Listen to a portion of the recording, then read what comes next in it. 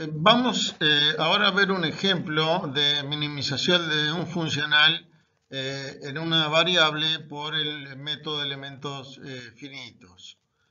Queremos minimizar este funcional con las condiciones de que la función u en 0 vale un valor predeterminado alfa y en el otro extremo del intervalo en 1 vale otro valor predeterminado beta. En este caso, este funcional, su minimización equivale al problema que vendría a ser que la derivada de k por u' menos q igual a 0, o bien que la derivada de k por u' sea igual a q. Es un caso muy sencillo de problema de Poisson en una variable. La variación del funcional, que debe ser 0 como condición necesaria para este mínimo, implica entonces que la derivada respecto de epsilon de j de u más epsilon phi valga 0, la derivada evaluada en epsilon igual a 0. Y esto se debe cumplir para todo phi que valga 0 en 0 y en 1.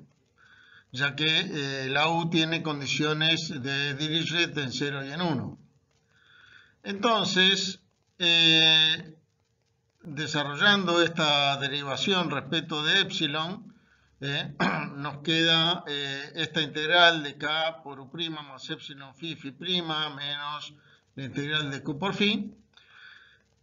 Y entonces en epsilon igual 0 nos queda en definitiva que la integral de ku' phi' menos la integral de q por phi tiene que ser igual a 0 para toda phi que valga 0 en 0 y en 1.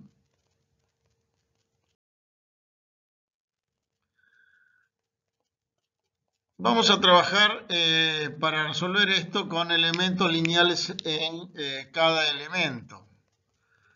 Entonces tomamos una partición del intervalo 0,1, ¿sí? Un conjunto de x sub i que vale h por i, cada x sub i, y donde h es 1 sobre n, para n desde 0 a, para i, perdón, desde 0 hasta n.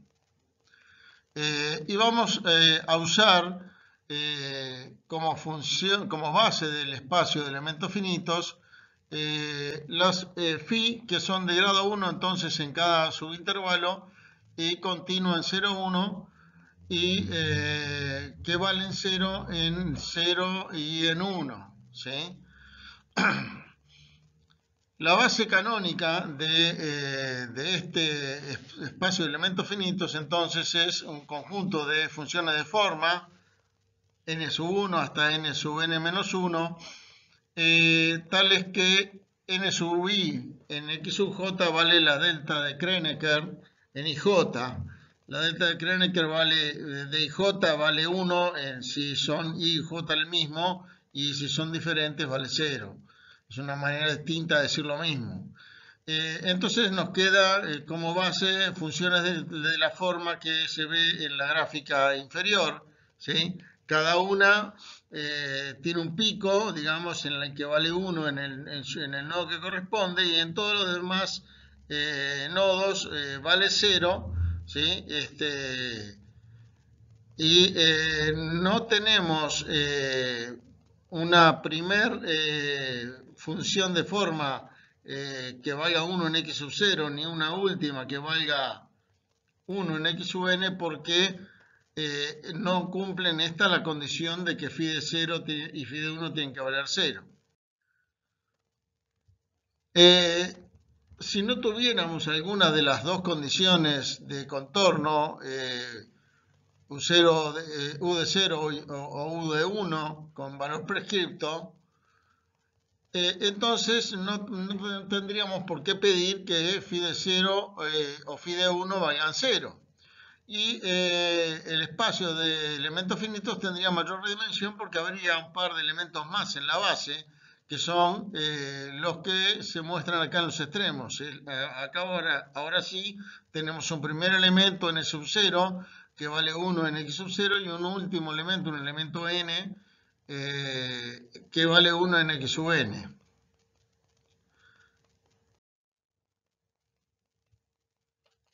Por ahora vamos a no considerar las condiciones de contorno, entonces vamos a incluir estas últimas funciones de forma y a trabajar con una dimensión un poco superior. Después vamos a introducir las condiciones de contorno, con lo cual ahí sí se van a eliminar algunas funciones de forma de la base y algunas ecuaciones.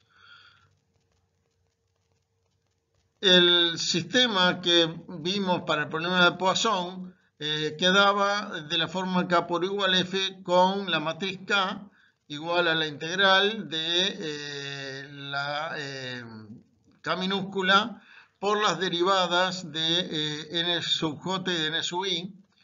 Y el vector F nos quedan las integrales de Q por los n sub i. Como el intervalo 0,1 lo dividimos en n elementos, n subintervalos, podemos escribir esta integral en 0,1 como la suma de los integrales sobre cada uno de los elementos, y por lo tanto considerar que cada coeficiente K sub i j es la suma sobre todos los elementos de coeficientes elementales K sub i j supra e, donde los K sub i j supra e forman una matriz elemental que vale justamente la integral sobre el elemento de K por la derivada de nj por la derivada de ni. Entonces, la matriz K la vamos a escribir como suma de matrices K elementales. Justamente K supra E se llama matriz de rigidez elemental del elemento E.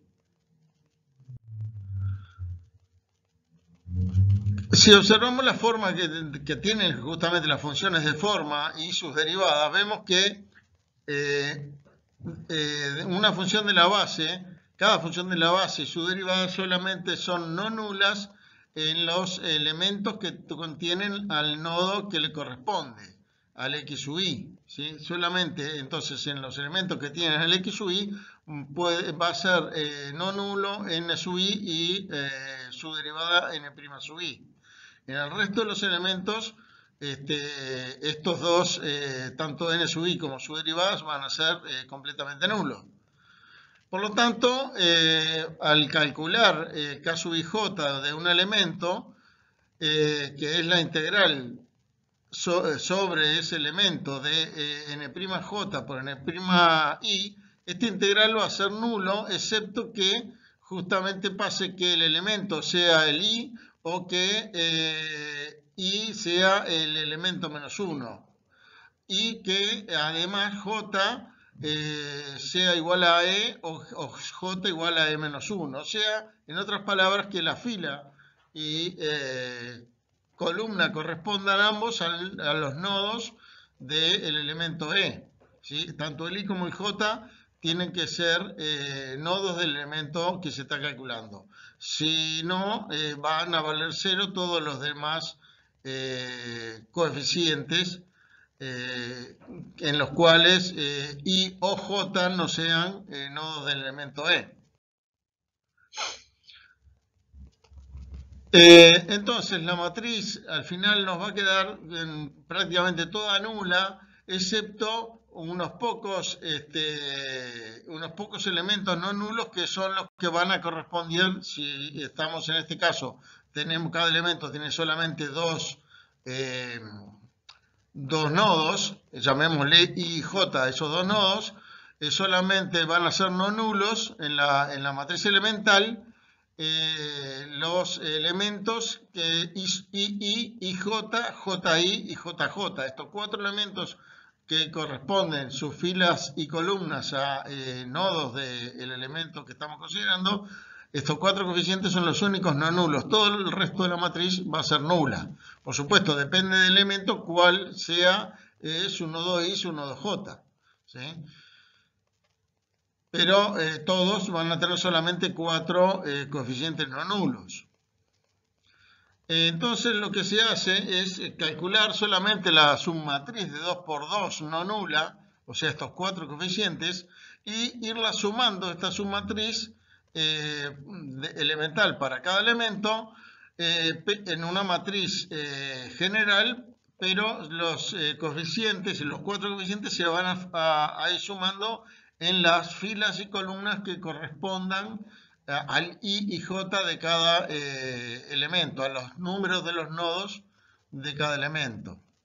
En el caso de 2 y 3 dimensiones, siempre hay más nodos que elementos y no hay una relación sencilla entre el número de elementos y los números de los nodos. Así que hay que fijarse muy bien cuáles son los números que corresponden a los nodos de un elemento para ver en qué fila y columna se deben sumar en la matriz general. ¿Sí? En una dimensión, esto es más fácil porque directamente como se pueden, digamos, ordenar la numeración para que un elemento tenga, si el elemento es el elemento E, entonces tiene como nodos al nodo E-1 y al nodo E. Entonces es muy fácil, la relación es directa entre la numeración del elemento y la de los nodos. Pero en varias variables, cuando tenemos 2 o 3 dimensiones, ya no es tan fácil, hay que tener una lista que nos diga el elemento tal tiene este y este nodos.